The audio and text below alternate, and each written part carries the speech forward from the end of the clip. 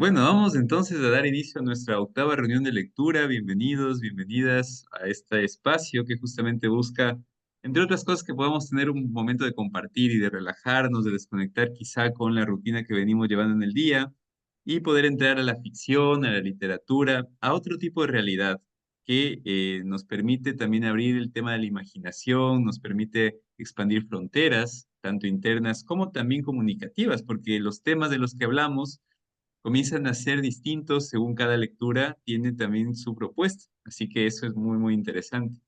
Por lo tanto, quería comentarles un poquito que hoy día vamos de la estructura que está programada para estas reuniones, es decir, vamos ahorita a leer un ratito la vida de Lovecraft a través de su autobiografía, un pequeño y cortito resumen del último capítulo y de ahí sí ya pasamos a la lectura de este octavo capítulo que nos tocaría para hoy. Así que ahí vamos. Vamos entonces a comenzar con lo de la vida de Lovecraft. Antes de eso, yo les había compartido para las personas, creo que estuvieron dos o tres al inicio de la reunión, antes de empezar con esta frase de Lovecraft que ustedes tienen ahí en la pantalla, que se refería justamente al simbolismo misterioso, al simbolismo oculto que tiene el mar, ¿no? Y todo lo que eso está detrás y todo lo que guarda ese mar como misterio.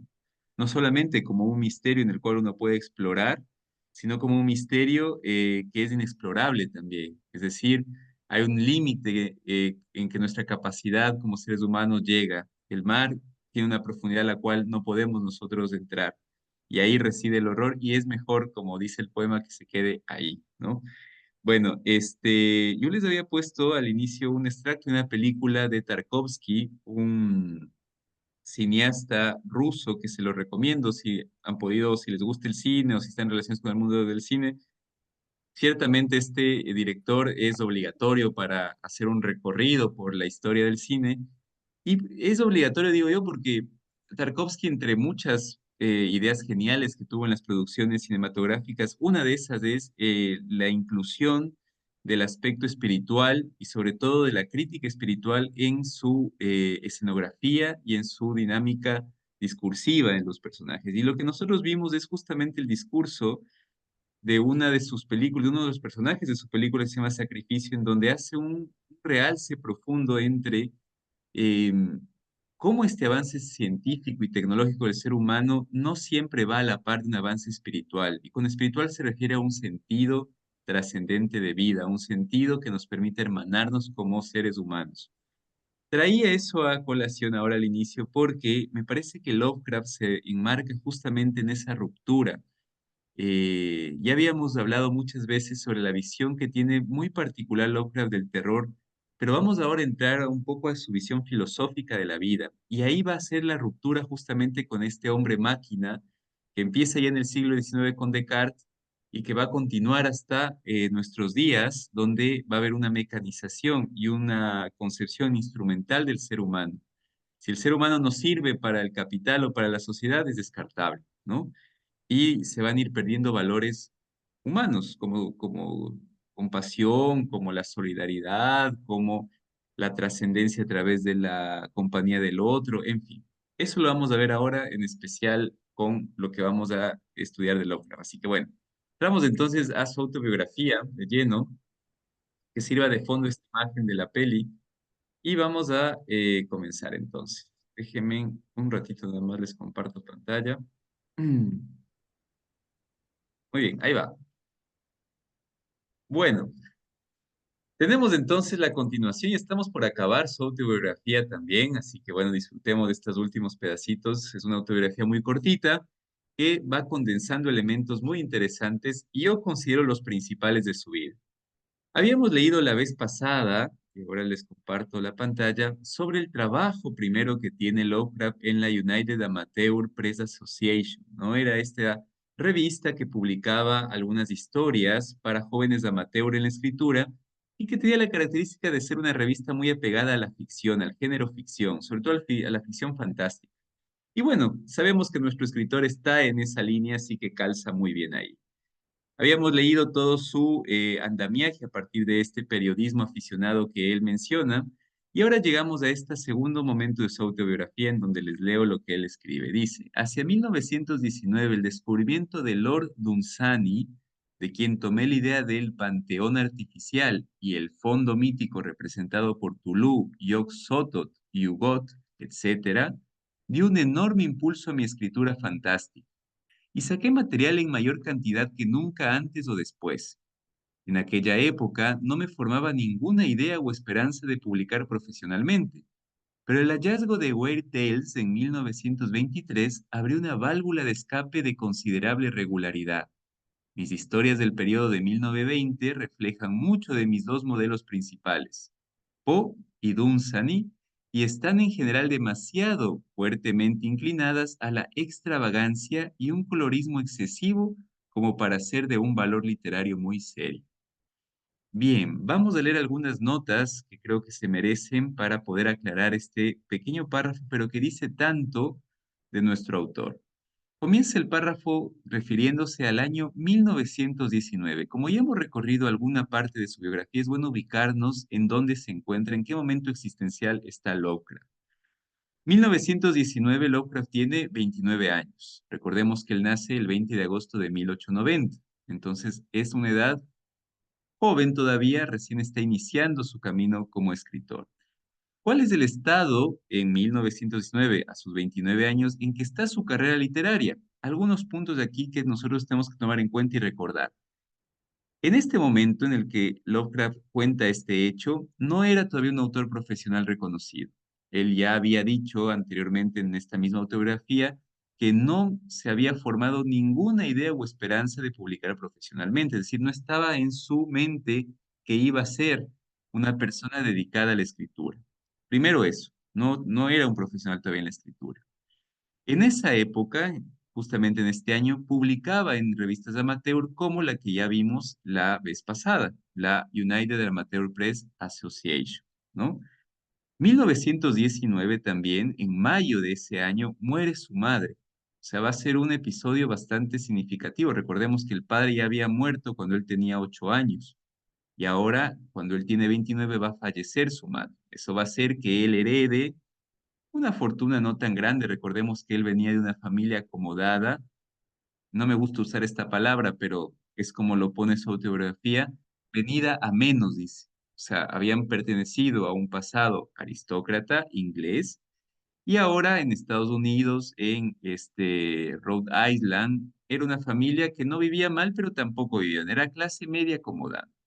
Muere la madre y comienza, en cambio, a vivir con sus tías, ¿ya? Entonces, va a ser un año muy, muy interesante porque parte de su impulso para comenzar a escribir va a ser buscar un consuelo de este fallecimiento, una especie de procesamiento de luto. Bien, eso entonces con el año. Ahora bien, menciona un personaje que ya habíamos hablado una vez pasada, a Lord Dunsany. ¿Quién es esta persona? ¿Quién es este escritor? Bueno, es justamente un gran escritor, un influyente escritor irlandés de literatura fantástica que nace en 1878 y vive hasta 1957. Es decir, Lovecraft lo conoce vivo todavía.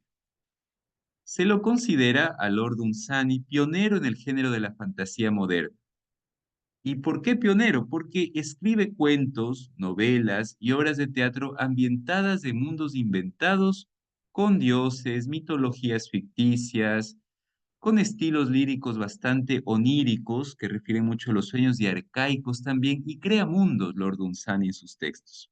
Mucho más antes, ciertamente, que Tolkien, por ejemplo, que también crea mitologías, crea mundos. Incluso se dice que la obra más famosa de este escritor es Los dioses de Pegaña, que van a ser una colección de cuentos que describen a un panteón mítico y religioso. Por eso aquí justamente dice que toma de ese cuento de Lusani, Los dioses de Pegaña, esta idea de panteón artificial.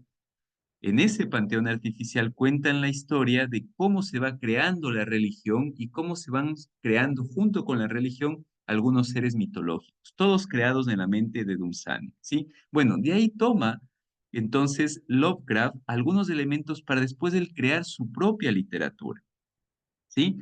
Inspira esto de una manera muy profunda a nuestro escritor, ¿ya? Y va justamente después de hacer un preludio para escribir todo lo referente a Tuluá. Ya lo vamos a ver un poquito más adelante. No nos olvidemos que el ciclo, esta literatura fantástica de Tuluá, es un universo poblado de dioses cósmicos, sobre todo. Y ahí están algunos nombres de estos dioses cósmicos, ¿no? Ahí vemos tres nombres de los dioses cósmicos. Bien, finalmente, otro dato que nos puede causar a nosotros de extrañeza dice, en aquella época no me formaba ninguna idea o esperanza de publicar profesionalmente, pero el hallazgo de Weird Tales de 1923 abrió una válvula de escape de considerable regularidad. ¿Qué es esto, Weird Tales? Weird Tales es una revista. Entonces, aquí el autor se refiere al descubrimiento de esta revista, ¿sí? Una publicación pulp estadounidense dedicada a la fantasía, el horror y la ciencia ficción que comenzó a editarse en marzo de 1923. Una revista pulp. Ya habíamos dicho que pulp se refiere a este papel que es barato, de bajo costo, ¿no? Que lo funda Henenberger y que sirve sobre todo para difundir historias ficcionales. Ahí tienen ustedes una imagen bien interesante. Miren, esta es una revista pulp publicada precisamente a partir de este Weird Tales, es decir, a esta editorial, y que contiene en el número de febrero de 1936, adivinen qué relato de Lovecraft.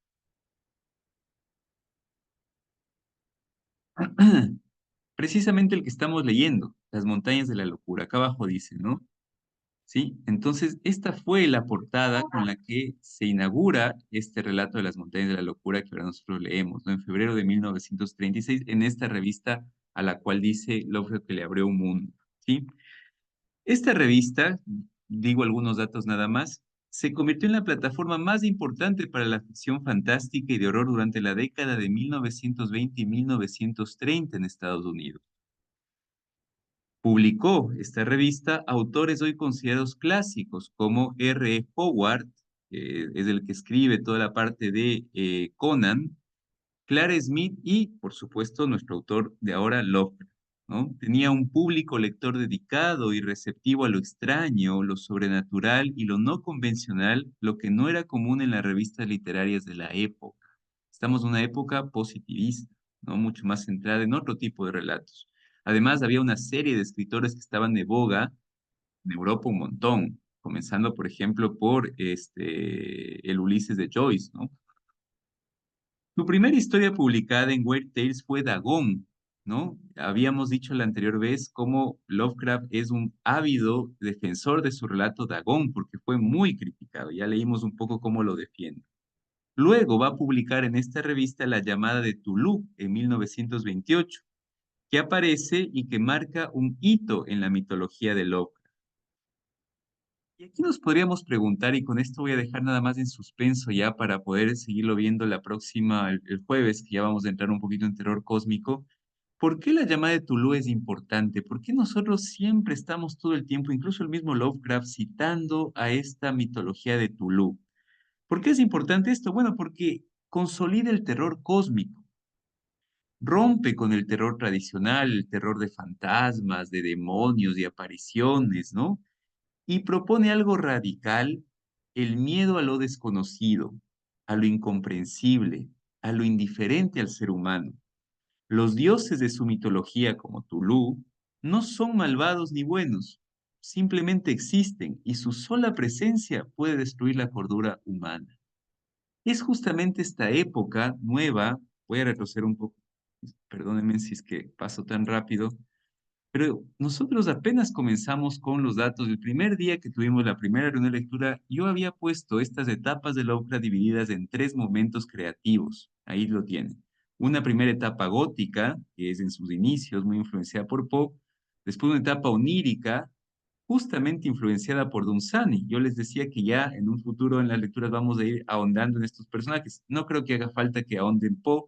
Lo hemos leído, sabemos quién es, pero sí voy a seguir ahondando, sobre todo el jueves, en Lord Dunsany, que es esta etapa en la cual Lovecraft comienza a adquirir un primer acercamiento hacia la literatura del onírico para finalmente desembocar ya en los mitos de Cthulhu con este otro personaje que ya lo iremos viendo también durante las lecturas. Entonces, Esta última etapa es muy importante precisamente por esta nueva filosofía en la literatura que instaura Lovecraft, ¿ya? ¿Cuál es esta mirada filosófica que se inaugura junto con el terror cósmico? Muy simple y a la vez también muy compleja, y es que el ser humano ya no va a ser considerado para Lovecraft el centro de la creación, como mucho tiempo se lo consideró, sino va a ser más bien un accidente que surge de un proceso evolutivo, muy relacionado también con las teorías que estaban en boga, sobre todo las teorías darwinianas, ¿no? De la corriente evolutiva. Entonces, esto va a hacer que justamente lo terrorífico en él no sea tanto el aparecimiento de criaturas extrañas, sino la sensación de que somos indiferentes a un mundo que nos desborda, que es mistérico, que está más allá de nosotros. Es una nueva manera de concebir el terror. Así que bueno, con ese preámbulo vamos a pasar brevemente al resumen. Aquí está una foto de Lord Dunsany con su perrito, ahí lo pueden ver, y aquí está uno de sus cuentos de los tres hemisferios, que donde también se relatan la existencia de estos seres míticos derivados de Ícaro, ¿no? Ahí lo tenemos. Y como les decía, aquí está la portada, la que estamos leyendo ahora, que es Montañas de la Luz. Creo que por tiempo no avanzamos a ver esta parte de la biografía, la veremos el jueves, no tenemos apuro. Así que bueno, no sé si hay alguna pregunta ahí sobre esto que leímos, este cortito, pero tan rico. Como ven, son párrafos donde podemos aprender tanto del autor. Un párrafito nos puede llevar a aprender un montón de cosas, ¿no? Bien, No, excelente, excelente. Una nueva visión de lo que es el terror realmente me gusta mucho. Muchas gracias. qué bueno, Alexaba. Y sí, sobre todo, miren cómo todo se va concatenando, ¿no? Estos nombres que al principio se nos es tan lejanos, estos autores un poco distantes, estas revistas que nosotros, no sé si alguno ha leído este tipo de revistas, se van haciendo cada vez más cercanos y más próximos a nosotros. Eso es bonito, ¿no? Cuando vamos recorriendo la historia y la vamos ubicando el autor en un hecho. Bueno, seguiremos con la vida de Lovecraft y sobre todo ya ahondaremos cuando terminemos toda la biografía, que nos falta poquito, en 2 o 3 reuniones más la acabamos.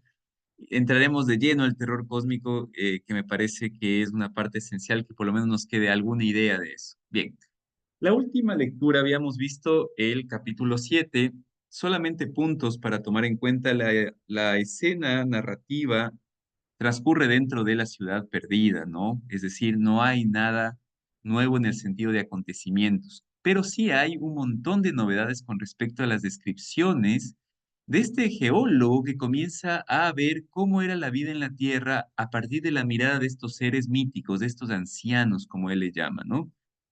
Entonces nos comienza contando justamente cómo él, la historia completa, ¿sí? La construcción completa de esta historia, de este nuevo modo de ver la historia de la humanidad y del planeta, y no solamente ya del planeta, sino de la historia un poco intergaláctica, podríamos decir, la va a publicar en un boletín de la Universidad de Miskatonic y ahorita solo nos va a dar algunos hechos que él consideró como fundamentales de escribir de esta civilización que él encuentra, ¿sí? Porque si nos damos cuenta, lo que él nos está describiendo científicamente es una nueva civilización que preexistió a la humanidad y que fue la propiciadora de la creación de la vida en la Tierra. No voy a contar todos los hechos porque toda la historia sería volver a leer todo el capítulo, y ya lo leímos. Simplemente algunos datos que para mí y yo creo que a nosotros nos llamaron la atención en la última lectura. Dentro de esto que cuenta nos dice que estos seres llegan a la Tierra primigenia del espacio exterior, es decir, son alienígenas, ¿no?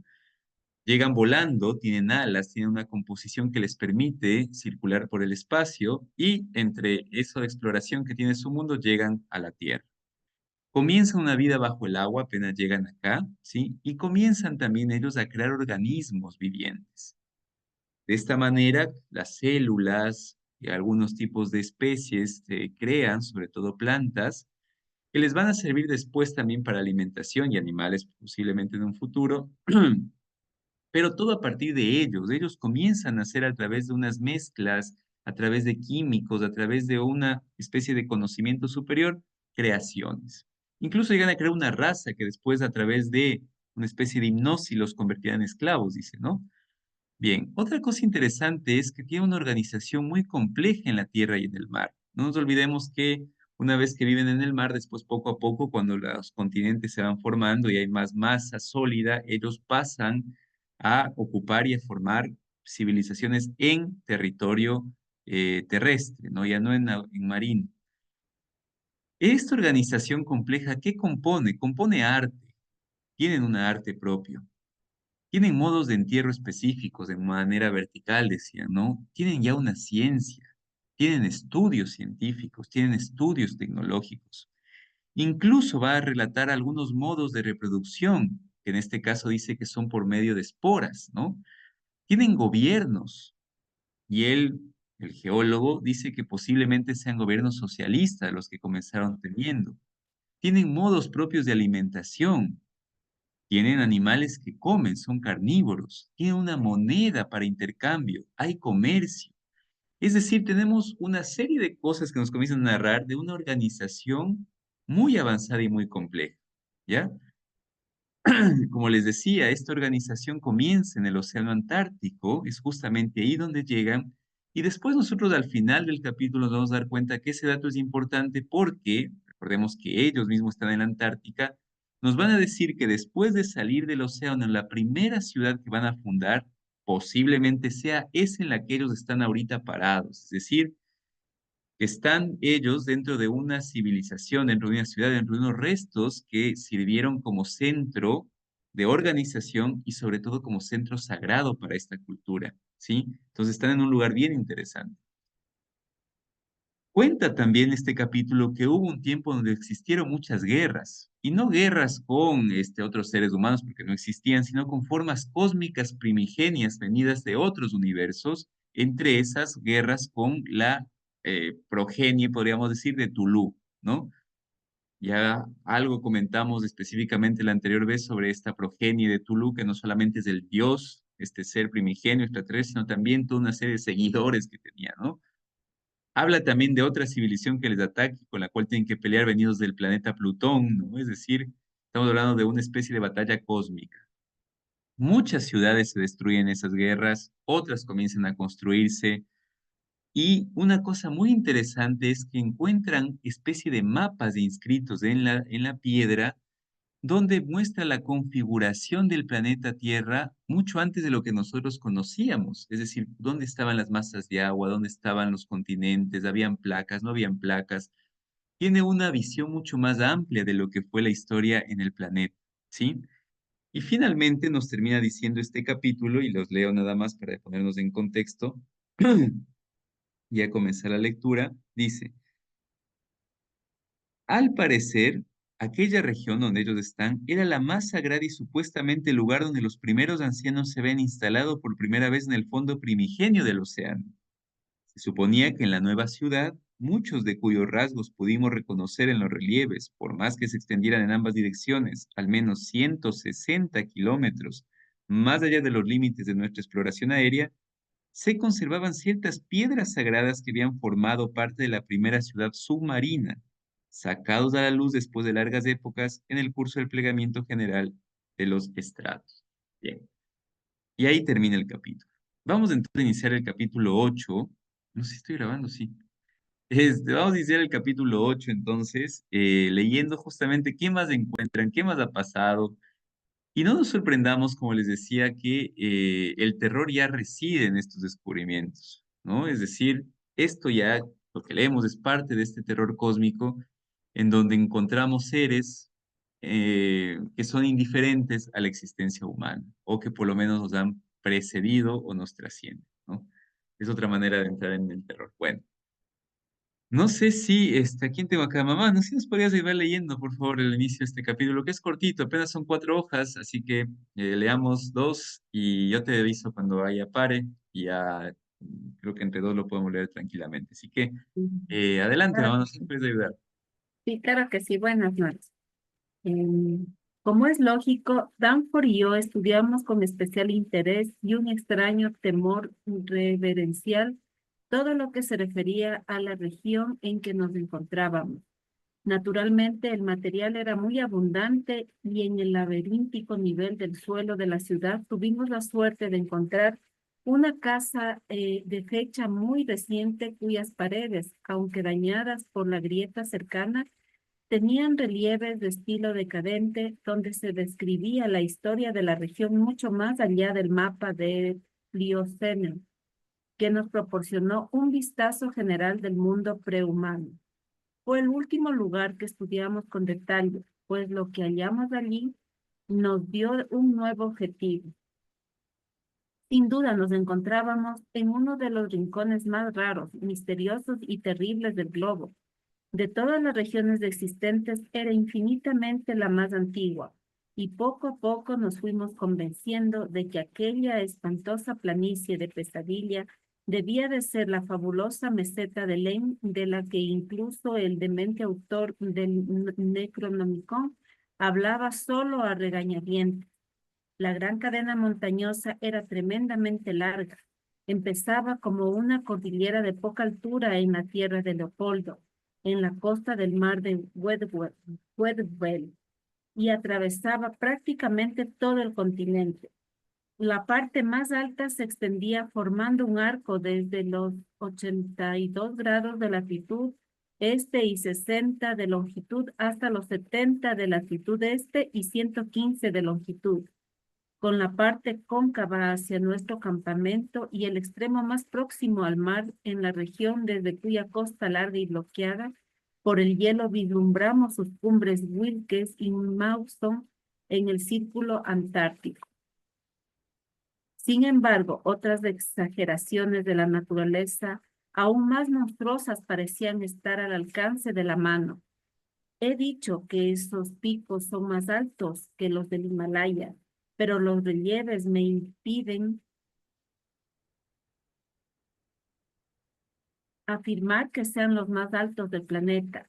Ese sombrío honor está reservado más allá de toda duda a algo que la mitad de los relieves no se atrevía a reproducir y en los otros aparecía con visibles temor y repugnancia. Por lo visto, había una parte de aquella antigua región, la primera en alzarse de las aguas después de que la tierra se deshiciera de la luna y los ancianos se infiltraran desde las estrellas, que habían acabado evitando por considerarla vaga e indeciblemente maligna. Las ciudades construidas en ella se habían venido abajo antes de tiempo y las habían hallado extrañamente desiertas. Fue entonces cuando el primer gran plegamiento había convulsionado la región en el Comanchiense, una aterradora cadena de picos montañosos se había alzado de pronto entre el caos y la oscuridad más espantosos y habían surgido en la tierra las montañas más altas y temibles. Si la escala de los relieves era correcta, aquellas odiadas cumbres debían de superar con mucho los 12.000 metros, unas alturas inconcebiblemente mayores incluso que las impresionantes montañas de la locura que habíamos atravesado. Al parecer se extendían desde los 77 de longitud este y los 70 de longitud hasta los 70 de latitud este y los 100 de longitud, a menos de 500 kilómetros de la ciudad muerta. De modo que, de no ser por aquella neblina vaga y opalescente, habríamos visto asomar sus temidas cimas por el oeste. El extremo norte también debe de ser visible desde la larga costa del Círculo Antártico en la tierra de la Reina María. Algunos ancianos, en los días de su decadencia, habían hecho extrañas invocaciones a dichas montañas, pero ninguno osó ir allí jamás, ni se atrevió a aventurar lo que había al otro lado. El ojo humano no las había visto, y al estudiar las emociones retratadas en los relieves, recé para que nadie las viera nunca. Están protegidas por montañas a lo largo de la costa, la tierra de la Reina María y la del Kaiser Guillermo, y doy gracias al cielo de que nadie haya podido desembarcar en ellas y escalarlas. Ya no me muestro escéptico ante las antiguas leyendas y temores, ni me río ante la idea del escultor prehumano de que los rayos caían alternativamente en cada una de las cimas, o de que un resplandor inexplicable brillaba en uno de esos terribles pináculos durante la larga noche polar. Puede que haya una monstruosa verdad en las antiguas insinuaciones panópticas sobre Kadat y el desierto helado. Pero el terreno que nos rodeaba era igual de extraño, aunque no estuviese tan inconcebiblemente maldito.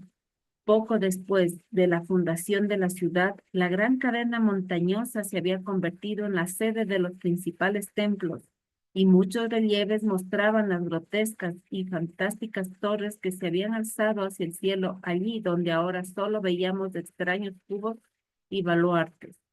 Con el paso de las eras geológicas, habían aparecido las cuevas que llegarían a ser una especie de dependencia de los templos. En épocas posteriores, las aguas subterráneas perforaron todas las vetas calizas de la región, de manera que las montañas, las estribaciones de las mismas y los llanos que habían más abajo se convirtieron en una auténtica red de cavernas y galerías conectadas. Muchos relieves narraban las exploraciones subterráneas y el hallazgo final del mar Estigio y sin sol que se ocultaba en las entrañas de la tierra. Aquel enorme abismo nocturno lo había excavado sin duda el gran río que fluía desde las innombrables y horribles montañas occidentales, y que al principio había cambiado su curso al llegar al pie de la cordillera de los ancianos y había fluido a lo largo de dicha cadena montañosa hasta el océano Índico entre la tierra de Elburz y la del Tótem, en la costa de Wilkes. Poco a poco había ido erosionando la base de caliza en la curva, hasta que por fin sus corrientes se infiltraron hasta las cavernas de las aguas subterráneas y se unieron a ellas para formar un abismo aún más profundo. Por fin acabó vaciando todo su caudal en aquella oquedad de las montañas y el antiguo lecho que llegaba hasta el océano se secó. Gran parte de la ciudad, tal como la habíamos encontrado, se había construido después sobre aquel lecho seco. Los ancianos, al comprender lo sucedido, ejercitaron su siempre agudo sentido artístico y tallaron en forma de pilares los salientes de las estribaciones donde la gran corriente empezaba su descenso hasta la oscuridad eterna.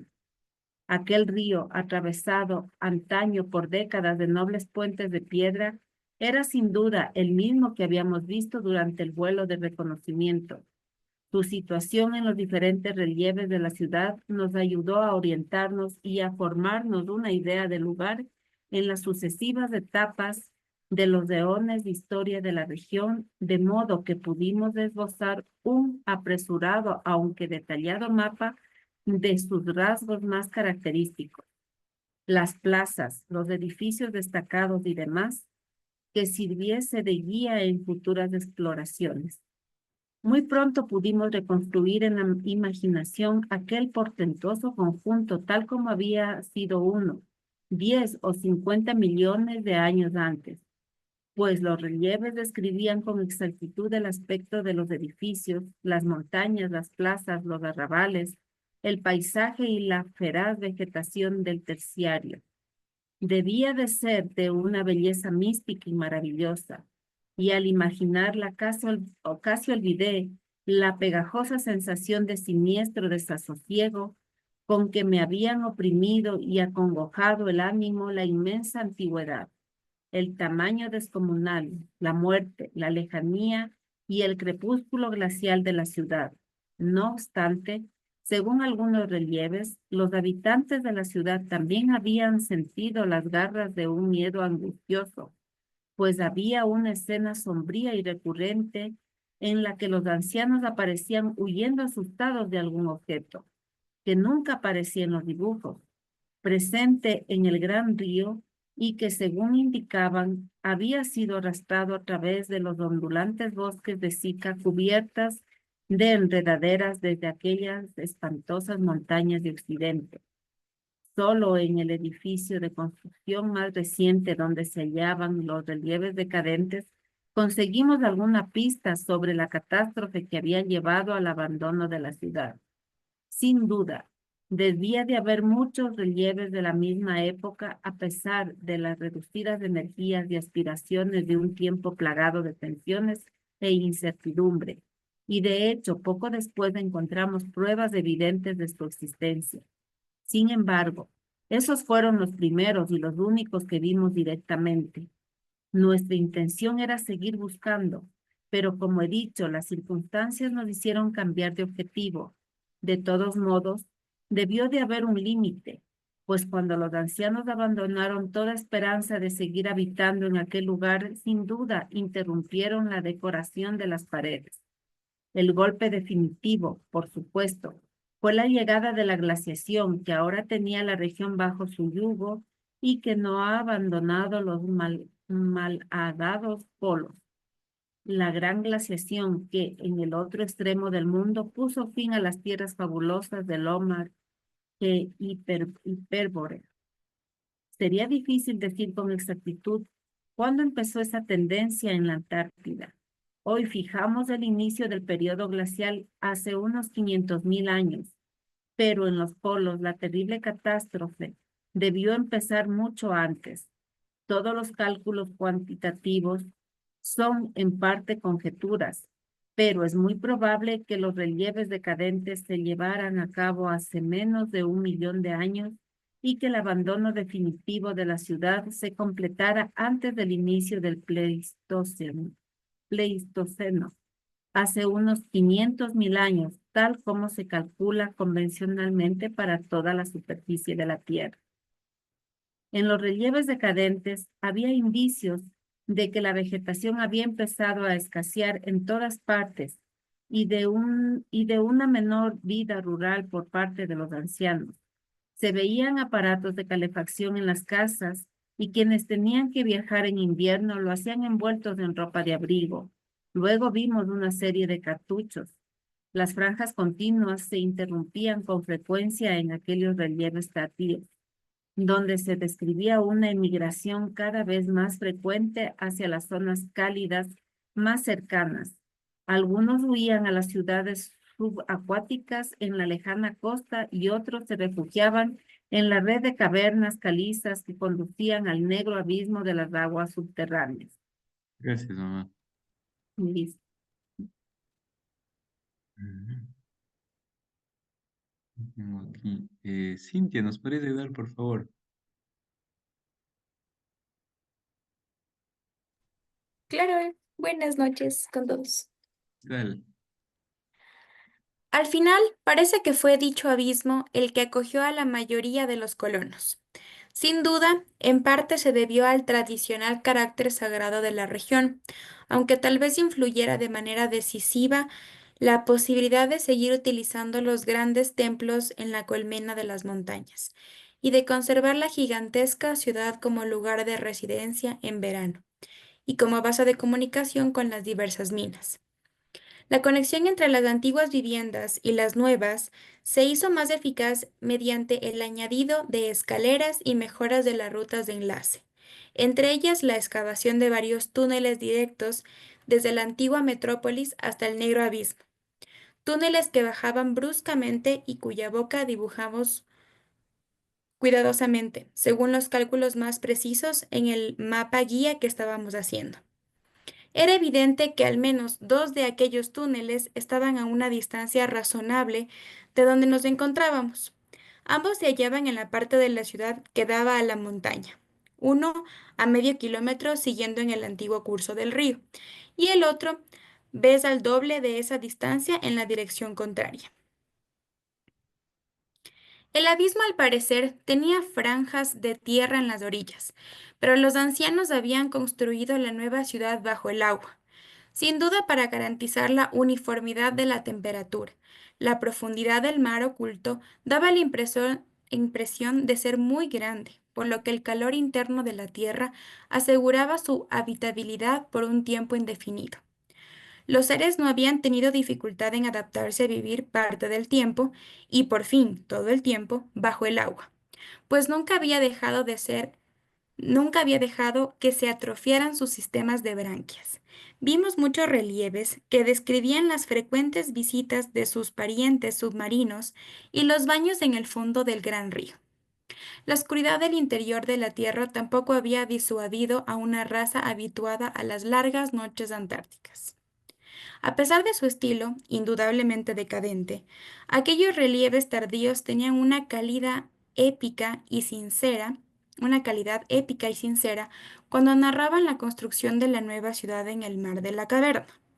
Los ancianos la habían llevado a cabo de manera científica, arrancando rocas insolubles del corazón de las montañas y empleando obreros expertos de la ciudad submarina más cercana para realizar las obras de construcción según los mejores métodos. Dichos obreros llevaron consigo todo lo necesario para aquella empresa: tejido de shogun para criar bestias de carga que acarrearan las piedras y otra materia prontoplasmática con la que fabricarían organismos fosforescentes para la iluminación. Por fin, una gran metrópolis se alzó en el fondo de aquel mar Estigio. Su arquitectura era muy similar a la de la ciudad de arriba y su técnica era relativamente poco decadente por la precisión matemática inherente a la construcción. Los nuevos shogots llegaron a adquirir un tamaño enorme y una inteligencia singular, y los relieves los representaban aceptando y ejecutando órdenes con una rapidez sorprendente. Por lo visto, conversaban con los ancianos imitando sus voces, una especie de silbido musical de una amplia gama, si las deducciones del pobre Lake eran correctas, y trabajaban obedeciendo órdenes verbales y no por sugestión hipnótica como en épocas anteriores. No obstante, fueron sometidos a un control estricto. Los organismos fosforescentes proporcionaban luz con gran eficacia y compensaban así la pérdida de familiares auroras polares en la noche exterior. El arte y la decoración continuaron, aunque evidenciaron cierta decadencia. Los ancianos parecían ser conscientes de su ocaso, y en muchos casos, al trasladar bloques de relieves especialmente hermosos de su antigua ciudad, se adelantaron a la política de Constantino el Grande, que en una época de declive similar despojó a Grecia y Asia de su arte más bello para proporcionar a la nueva capital bizantina más esplendor del que era capaz de crear su propio pueblo. La razón de que el traslado de los bloques no se generalizara se debió sin duda a que al principio no abandonaron de todo la ciudad terrestre. Cuando se completó la evacuación, al comienzo del Pleistoceno polar, es posible que los ancianos se hubiesen acostumbrado a su arte decadente, o que hubiesen dejado de apreciar el mérito de las tallas más antiguas.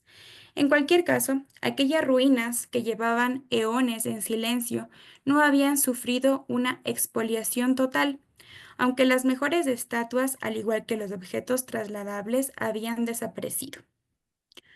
Los pedestales y cartuchos decadentes que contaban esa historia fueron, como he dicho, los últimos que pudimos encontrar en nuestra limitada exploración. Nos dejaron la imagen de los ancianos yendo y viniendo entre la ciudad terrestre en verano y la ciudad en el mar de la caverna en invierno, y manteniendo un comercio ocasional con las ciudades submarinas de la costa antártica. Por esa época debieron de dar definitivamente por perdida la ciudad, pues los relieves mostraban numerosos indicios del maligno avance del frío. La vegetación siguió declinando y las terribles nieves del invierno ya no se deshacían ni siquiera en verano. El ganado reptiliano casi desapareció y los mamíferos resistieron a duras penas. Para seguir con el trabajo en el mundo exterior, se hizo necesario adaptar a la vida terrestre a algunos de los amorfos shogots, extrañamente invulnerables al frío, cosa a la que los ancianos siempre se habían resistido. El gran río corría sin vida y el mar superior había perdido casi todos sus habitantes, excepto las focas y las ballenas. Todas las aves, menos los grandes y grotescos pingüinos, habían huido. Solo pudimos conjeturar lo sucedido después. ¿Cuánto tiempo sobrevivió la nueva ciudad del mar de la caverna? ¿Seguían allí abajo convertida en un cadáver de piedra en la eterna negrura? ¿Se congelaron por fin las aguas subterráneas? ¿Cuál fue el destino de las ciudades del fondo oceánico en el mundo exterior? ¿Se trasladó alguno de los ancianos hacia el norte más allá del casque polar? La geología actual no muestra rastro de su presencia. ¿Continuaron siendo los pavorosos Migo una amenaza en el mundo exterior septentrional? ¿Podríamos estar seguros de lo que podía o no perdurar incluso después de los oscuros e insonables abismos de las aguas más profundas del planeta? Aquellos seres parecían capaces de soportar cualquier presión, y los marineros han pescado a veces extrañas criaturas. ¿Ha explicado la teoría de las orcas las brutales y misteriosas cicatrices en las focas antárticas descubiertas hace una generación por Brookbank?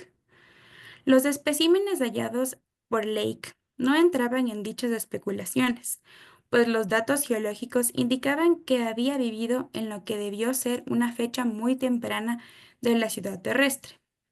De acuerdo con el lugar donde los habían encontrado, tendrían al menos 30 millones de años, y según nuestros cálculos, en aquel entonces no existían la ciudad del mar de la caverna ni la propia caverna.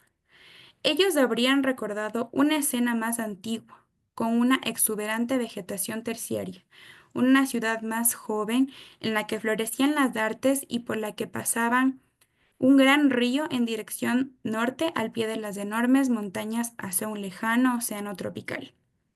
No obstante, no podíamos dejar de pensar en aquellos ejemplares, sobre todo en los 8 que se hallaban en perfecto estado y que habían desaparecido del campamento horriblemente asolado de Lake. Había algo anómalo en todo aquello. Lo que habíamos intentado atribuir a la locura de alguien, las horribles tumbas, la cantidad y la naturaleza del material desaparecido, Gurney, la sobrenatural dureza de aquellas monstruosidades arcaicas y los extraños hábitos que no habían revelado los relieves de aquella raza. Danforth y yo habíamos visto muchas cosas en las últimas horas. Estábamos dispuestos a creer y a guardar silencio acerca de muchos secretos atroces e increíbles de la naturaleza primigenia. Muy bien, muchas gracias, Cintia.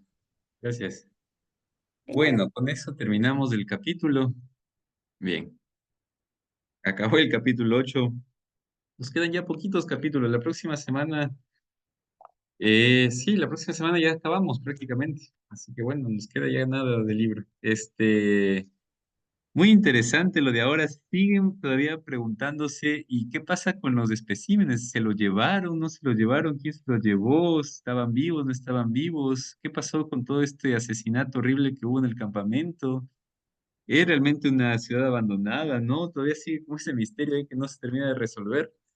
Bien interesante los elementos que se van encontrando, ¿no? No sé, Alexis debe estar, debe haberse venido a la mente a Dante, ¿no? Con esto del mar Estigio, ¿no? Que hace referencia justamente al mar del inframundo, ¿no? A la laguna Estigia que rodea el quinto círculo del infierno y que es no solamente Dante, sino que la mitología griega habla justamente de que a partir de la laguna Estigia es que las almas que llegan al inframundo cruzan con Caronte, ¿no? Con el barquero maldito, las aguas de la muerte, ¿no? Y ahora hablan de este mar Estigia, que es un mar profundo, ¿no? Que parece que estuvo como en las profundidades mismas de la tierra, donde después pasan a habitar. En fin, bien interesante. Bueno, vamos a convertir un ratito en salas. Estamos 8, yo creo que nos dividimos, ¿no? Para no, sí, porque si no, no vamos a avanzar, así que vamos a hacer dos grupos, de 4 cada grupo, así que nos encontramos luego en salas, ahí nos vamos viendo, así que, le dan ahí en ir y ya nos encontramos en un ratito. Y ya se fue uno. Espérenme, entrehago esto, porque si no vamos a estar, ya. A ver, espérenme. Listos. Vamos entonces. Creo que ahí estamos. Sí. Ya se fue otra persona.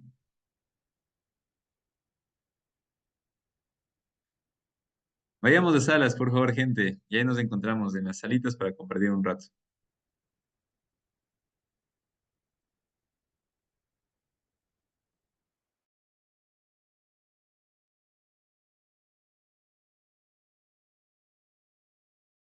Hola, hola, ¿cómo vamos? Bueno, estamos los tres. ¿Qué tal? ¿Cómo les ha parecido la lectura? ¿Cómo les van toda esta trama que va surgiendo? ¿Qué les llama la atención? Comentemos un ratito, hasta que Ligia se nos una, a ver si falta Ligia, pero bueno, ya vendrá. ¿Qué tal les ha parecido la lectura de hoy? Eh, sí, sí, sí, o sea, interesante, ¿no? Como que habla de una ciudad marina que vivían dentro del agua realmente y habla así de lugares como extraños, así que se unían por túneles, les cruzaba un río, o sea, para mí bastante, eh, esto sí, para mí se me hizo como mucha ficción, o sea, sí, sí, sí, eso básicamente, eh, a mí como que me cuesta muchas veces imaginarme todo lo que hablan, ¿no? Porque hay veces que usan los términos del pletasio, del ni sé cómo, entonces digo, ¿cómo será? O sea, ¿qué será eso? No sé, me imagino los dinosaurios, me imagino otro tipo de plantas, otro tipo de ambientes, o sea, algo así, como un planeta distinto. Mm. Entonces, sí, eso, más que nada. Ujú. Muchas gracias. Sí, en realidad, como dices, sea por el uso del vocabulario un poco arcaico, ¿no? Que es típico de Lovecraft, esto de estos nombres tan antiguos y un poco raros, que yo creo que tiene una doble intencionalidad, porque inclusive eso nos hace entrar en el misterio, ¿no? Es decir, nos hace estar como en esta situación de qué es el Pleistoceno y en dónde está ubicado. Podemos inclusive imaginarnos de qué se trata, ¿no? Es decir, tenemos como esta ilusión también de entender un poco qué momentos o qué área está hablando, ¿no? Pero incluso lo que creo que en el fondo transmite es una idea de temporalidad arcaica, ¿no? Lejana. A mí lo que me ha llamado la atención unido a esto que dice de los nombres y esto, me gusta mucho ir como asistiendo a el descubrimiento de una nueva civilización. Es decir, no sé, a mí sí me engancha bastante porque este capítulo en especial el tema de la migración que tienen que hacer, y el tema de la migración que tiene que hacer por el clima, ¿no? Porque el clima frío, intenso, no les permite vivir. Y eso que eran formas de vida muy avanzadas, con mucha resistencia, tener que huir por el clima, ¿no? Porque era una cuestión que no dejaba de estar presente, ¿no? Y era un nivel de frialdad demasiado intenso, una congelación realmente ahí. Tienen que ir a una temperatura más estable como es el mar y me llama la atención también cómo va describiendo algunos detalles de la lectura. Por ejemplo, esto que decía que en alguno de los relieves descubre él que hay como unos enemigos de los que están huyendo. No sé si prestaron atención a esa parte, ¿no? Que dice que es como si hubiera algunas cosas de las que huyen, ¿no? Entonces, me pregunto, a mí me llama la atención de qué estaban huyendo. O sea, no es que era una civilización, por lo que me voy imaginando yo, al menos todopoderosa, ¿no? Era una civilización más, ¿no? Era una civilización avanzada, sí, pero no todopoderosa, no eran dioses, como podríamos nosotros pensar en los dioses, ¿no? Eran extraterrestres, era otra civilización, pero tenían enemigos también, tenían modos de adaptabilidad, ¿no? Eh, y cómo van desapareciendo también me llama la atención, cómo se va eclipsando una cultura.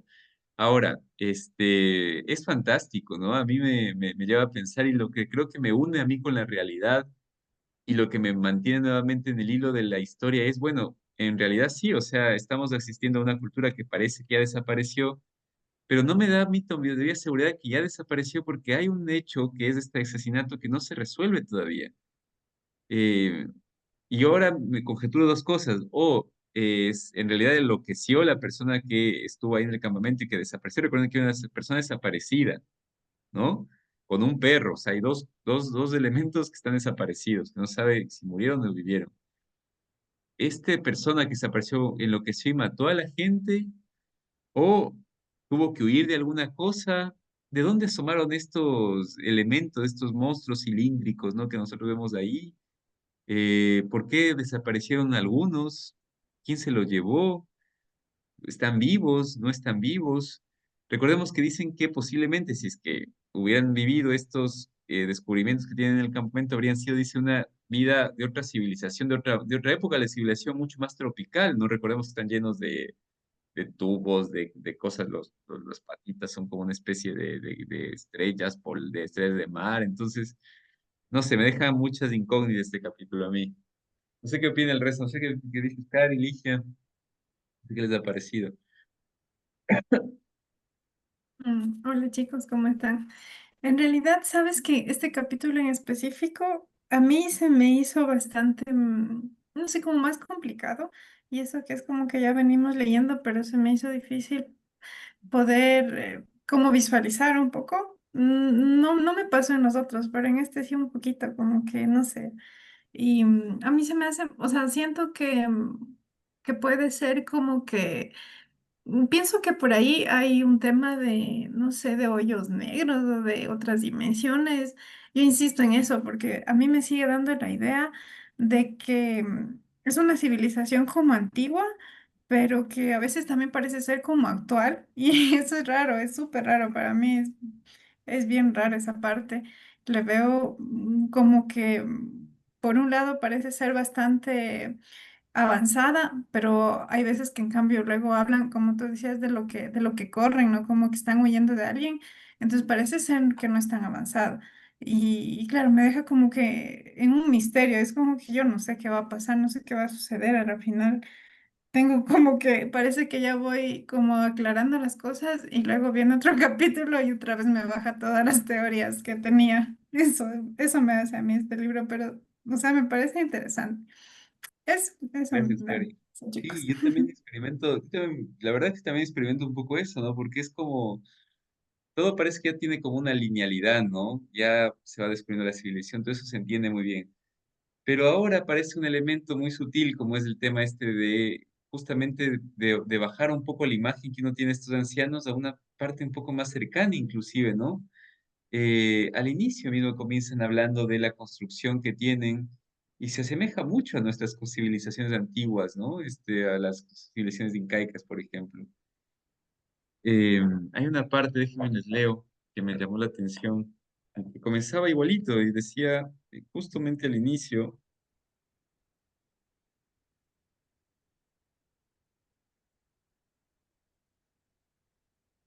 Naturalmente, el material era muy abundante y en el laberíntico nivel del suelo de la ciudad tuvimos la suerte de encontrar una casa de fecha muy reciente cuyas paredes, aunque dañadas por una grieta cercana, tenían relieves de estilo decadente donde se describía la historia de la región mucho más allá del mapa del Plioceno que nos proporcionó un vistazo general del mundo prehumano. Fue el último lugar que estudiamos con detalle, pues lo que hallamos allí nos dio un nuevo objetivo. Y ahí comienza narrando. Y les digo esto porque la construcción de la civilización antigua de la ciudad esta, es como, yo digo, es como tal cual una construcción de una civilización de la época preincaica, ¿no? Llevar a constructores, ver al arquitecto, ¿no? Alguien que sepa cómo construir una ciudad bajo el agua, los obreros. Eh, a mí me llama mucho la atención esta imagen del inicio de la narración, que es muy difícil porque quieren narrar una cuestión bien rara para nosotros. Primero es una cadena montañosa enorme que ni siquiera acabaron de explorar los propios ancianos. Y después hay un río. Esa parte es bien interesante porque es un río, es un mar en realidad, lo dicen, que recorre por medio de las galerías subterráneas de la ciudad, ¿no? Pasa por las galerías subterráneas, llega a una explanada oculta y el mar se llama Estigia, ¿no? Y eso le decía a Alexis, es muy simbólico lo de Estigia porque la Estigia es el mar de los muertos. Y es un mar que creían los griegos que estaba en el centro de la tierra, que estaba oculto, a donde uno no podía llegar. Es decir, llegaban las personas que morían nada más. Entonces era un mar mitológico que, como digo, que se pensaba que estaba al centro de la Tierra y por lo tanto, en las teorías, por ejemplo, tolemaicas, se pensaba antes que el centro de la Tierra era el lugar donde más gravedad había, donde la gravedad era mayor y por lo tanto el nivel de calor mucho más alto. Era un lugar cálido, era un lugar caliente. Por eso también dice que posiblemente este mar mantenía una buena temperatura, ¿no? Eh, no sé, no sé si es que tenga esa intención Lovecraft de unir esa mitología a este relato, pero a mí me da un poco de escalofrío, ¿no? Que estén en el mar Estigia. Pero bueno, en fin, cada uno lo va percibiendo, ¿no? Eso me parece interesante. Gracias, Cari. No sé si Ligia quisieras comentar algo. Sí, sí, les estaba escuchando. Buenas noches, chicos. Sí, me llama mucho también la atención porque aparte de que mezcla cosas actuales, mezcla también cosas antiguas, a futuro. Es como que también me lleva a la imaginación de que al momento de que ya parece que todo está cubierto, como que todo ya se empieza a descubrir, nos llega nuevamente a la incógnita de saber que que va a traer más historia. O sea, como que empezamos con un caso incógnita y vamos como que descubriendo en el camino, vamos abriendo las piedras, pero como que no, nos llega como más las incógnitas en saber más y como que le pone más historia y le pone cosas así de todo. Me parece brutal, sí, sí, me parece brutal porque incluso uno se llega a imaginar. Y hubo un momento en donde yo cerré los ojos y digo, "Ah, no, no, voy a esperar que siga porque de gana me estoy imaginando más de lo que no". Ya se elige. Sí, oye, qué bonito esto que mencionas. Quisiera justamente para ir cerrando también como traer eso, ¿no? En realidad, este esfuerzo que tú decías, Cari, de poder imaginar y tú también, mamá, de poder esa es la idea, en realidad.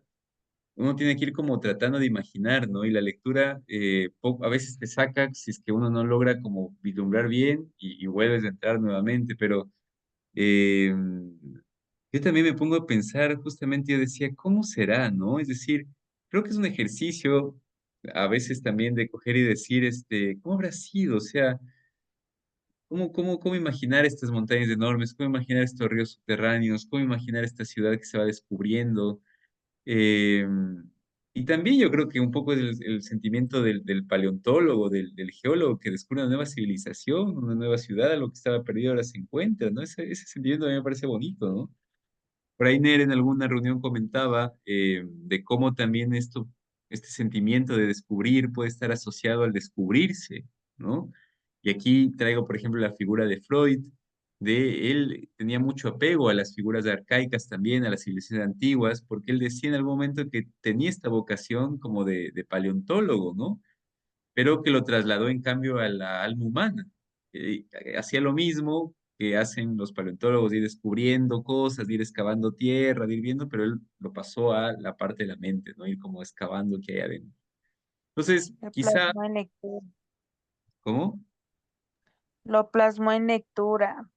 Claro, también. Entonces, quizá por ahí podríamos también como ir haciendo asimilaciones, ¿no? Eso me parece bonito también del relato. Así que bueno, no sé si alguien más quisiera agregar algo en este capítulo. Ya poco a poco se irá como desarrollando la historia. Como les digo, ya nos falta poquito también, o sea que estamos ya casi al final del libro y veremos qué pasa, si se resuelve o no se resuelve el misterio. No sé si alguien más quisiera comentar algo, alguna idea extra que quede. No sé qué les parece Creo esto del terror. Sí, sí, adelante, elige. yo también, o sea, como que visualizaba un poco más en la parte que también como entran mucho a los paisajes de la naturaleza, porque sí, en casi todo el mundo tenemos diferentes tipos de montañas de diferentes formas, de diferentes alturas, ¿no? Y es como que él también le plasma en una lectura, en la lectura, mejor dicho, las formas de la naturaleza, de las montañas, de la tierra, y también como hablabas de las cosas de los incas y de las casas y así. Ujú. Sí, eso también es interesante porque en realidad la naturaleza plantea también una especie de completud, ¿no? Como nos maravilla la naturaleza también y en algunos casos nos horroriza. A mí, por ejemplo, la idea de lo que hay en el fondo del mar siempre me ha horrorizado un poco. Nada, a veces me parece que las criaturas marinas son mucho más extrañas que las terrestres, me da esa impresión. Y unirnos a esos paisajes un poco inexplorados también es parte de esto extraño, este misterio que encierra la obra de Lovecraft, ¿no? El fondo del mar, por ejemplo, este fondo oscuro, ¿no? Carente ya de luz, en donde incluso ellos tienen que buscar alguna manera de tener vidas que sean fosforescentes para iluminarse abajo. Bien interesante. Bueno, vamos volviendo a salas entonces. Quedamos hasta ahí. Déjenme, voy a cerrar las salas de por acá. Por ahí veo que está hablando el Alexis. Pero bueno, ya que vaya cerrando. Nos encontramos en la sala grande, gente.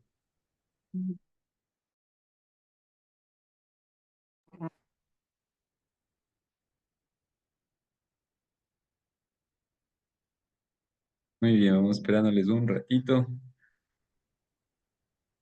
Al final están leyendo desde la compu, me imagino, ¿no? Porque el libro está o sin algo con el libro en físico. Sí, desde la compu. Es Ujú. Sí, yo también desde la compu. diferente. Yo nunca compré el libro Diferente. físico, la verdad. Esto sí, no lo compré solo en la compu. Ujú. ¿Sabes qué? Sí, Ahora estabas comentando eso, me pareció así como que es un miedo de suspenso, ¿no?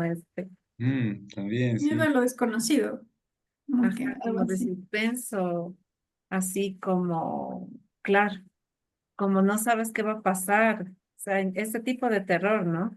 Ajá. Sí, De, tiene, como decía ahí el otro amigo, es como un miedo, creo yo, al menos, no solamente el susto, ¿no? No es el susto así como que estás en una escena y ¡pah! Aparece algo, ¿no? Y te asusta. Ajá, no, es así. No, es más existencial el terror, ¿no? Es decir, es el momento en que uno piensa que, no sé, que hay otras vidas que te ignoran o que te sobrepasan o que están en otro plano, ¿no? En otro ambiente. Es descentrar un poquito al ser humano, eso da un poco de miedo, ¿cierto?